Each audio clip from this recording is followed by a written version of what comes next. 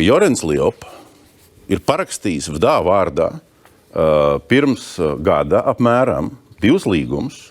Viens ir par VDA attīstības aģentūras darbības stratēģiju, un otrs ir par VDA aģentūras pakalpojumu informācijas sistēmu arhitektūru.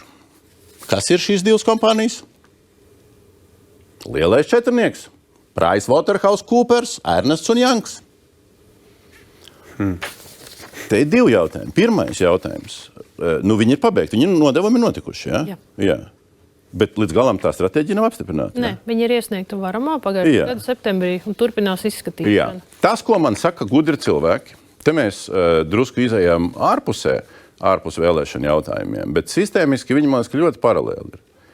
Ka šitās arhitektūras un stratēģijas komplektā ar to, par ko ir krimināla lietā tagad iznāca ārā un par ko bija sižets de facto, viņas būvē to kopējo ainu, lai sagrābtu, ko es sākumā teicu, vēl sagrābtu, tās ķepas ieliktu. Ķepas ieliktu digitālajā makā, ķepas ieliktu e-parakstā, nākotnes tālākajā, jo viņš beidzās šogad līdz gada beigām.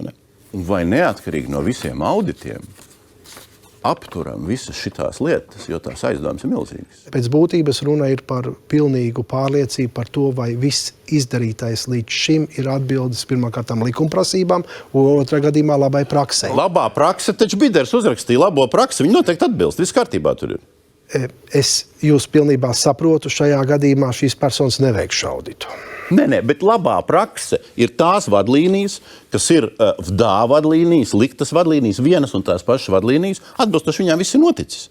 Mums valstī, Čudarkungs, jūs nezināt, mums valstī atbilstoši likumiem zog.